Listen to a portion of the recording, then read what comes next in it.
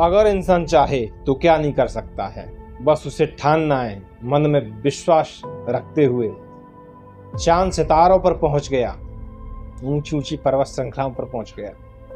जय हिंद दोस्तों, मैं एनएस मोटिवेशनल आज लेकर आया हूँ एक बहुत ही बेहतरीन मोटिवेशनल स्टोरी। दोस्तों, एक बार एक प्रोफेसर थे और वो एक रिसर्च करना चाहते थे। उनकी रिसर्च थी मन के ऊपर कंट्रोल करने के लिए कि जो व्यक्ति मन के ऊपर कंट्रोल करता है वो किस तरह का होता है।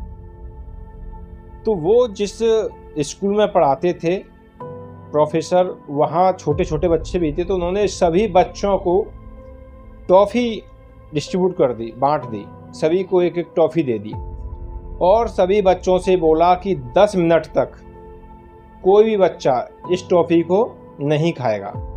10 मिनट बाद मैं आऊँगा, उसके बाद ही खानी है। ये कहकर वो चले गए।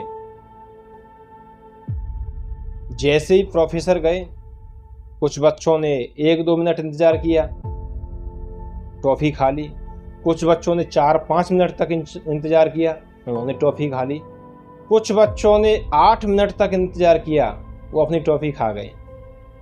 पूरी क्लास में से 5-7 बच्चे ऐसे थे जिन्होंने पूरी 10 मिनट इंतज़ार किया, प्रोफेसर के आने का इंतज़ार किया।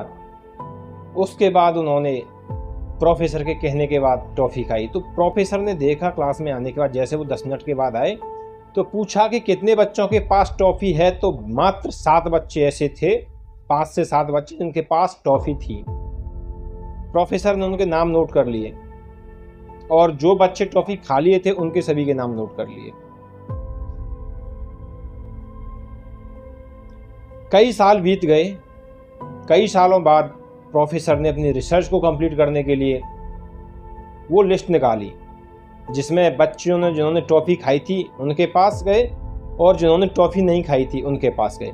तो सबसे पहले वो उन बच्चों के पास गए जिन्होंने टॉफ़ी नहीं खाई थी, जिनके पास सब्र था, जिनके पास आत्मविश्वास था कि वो 10 मिनट तक रुक सकते हैं, प्रोफेसर के कहने तक रुक सकते हैं।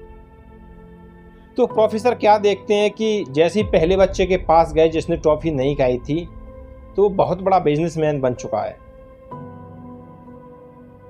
दूसरे बच्चे के पास गए तो वो डॉक्टर है, तीसरे बच्चे के पास गए तो वो इंजीनियर है। इस तरह से वो सातों के सातों बच्चे जो थे, सभी के सभी बहुत अच्छी पोजीशन पर थे और अपने अपने क्षेत्र में धुरंधर थे।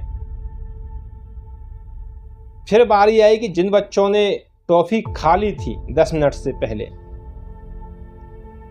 उनकी जैसे उन्होंने तलाश पूरी की तो उनको ये हासिल हुआ कि जिन बच्चों ने टॉफ़ियाँ खा ली थी वो सामान्य जिंदगी जी रहे थे। तो दोस्तों, शायद आपने इन प्रोफेसर का नाम सुना होगा, प्रोफेसर होल्डर इनका नाम आपने कभी ना कभी सुना हो। तो ये सब्र, जिन बच्चों में सब्र था वो कहाँ से कहाँ पहुँच गए। तो दोस्तों, सब्र बहुत ज़रूरी होता है और हमने सुना भी है, अक्सर आपने भी सुना होगा कि सब्र का फल मीठा होता है। तो ये सब्र का फल, सब्र हम एक साथ नहीं कर सकते किसी काम को लेकर। ये बचपन से अगर आपके अंदर इस तरह की आदत है, हैबिट है, तो आप आगे चल के भी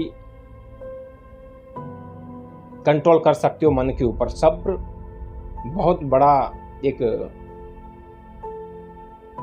जिम्मेदारी समझ लीजिए, मानसिक स्थिति समझ लीजिए, सब्र सोच समझ लीजिए, खुद को संभालना समझ लीजिए, अपनी सोच को काबू करना, अपनी इच्छाओं को कंट्रोल करना, ये सब सब्र के अंदर है। तो दोस्तों, हमें भी सब्र करना चाहिए, कोई भी काम में जल्दबाजी नहीं करनी चाहिए। सब्र का फल मीठा होता है। अगर ये मोटिवेशनल स्टोरी पसंद आई हो तो लाइक, कमेंट, शेयर जरूर करें। जय हिंद।